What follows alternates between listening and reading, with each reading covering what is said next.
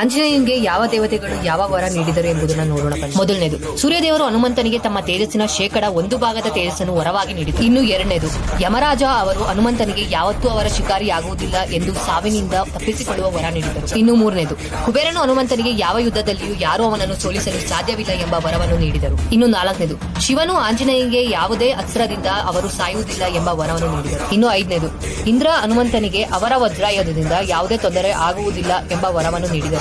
ಇನ್ನು ಆರನೇದು, ಬ್ರಹ್ಮನು ಹನುಮಂತನಿಗೆ ದೀರ್ಘಾಯುಷು ಮತ್ತು ಅವರು ತಮ್ಮ ಇಚ್ಛೆಯಿಂದ ಯಾವುದಾದರೂ ರೂಪವನ್ನು ಧರಿಸುವ ವರವನ್ನು ನೀಡಿದರು.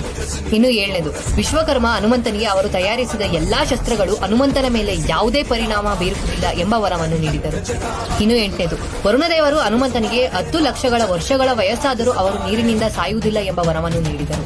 ಇನ್ನು ಒಂಬತ್ತನೇದು, ಶನಿದೇವರು ಹನುಮಂತನಿಗೆ ತಮ್ಮ ಪ್ರಭಾವದಿಂದ ಸದಾ ಮುಕ್ತನಾಗುವ ವರವನ್ನು ನೀಡಿದರು. Download ShareChat.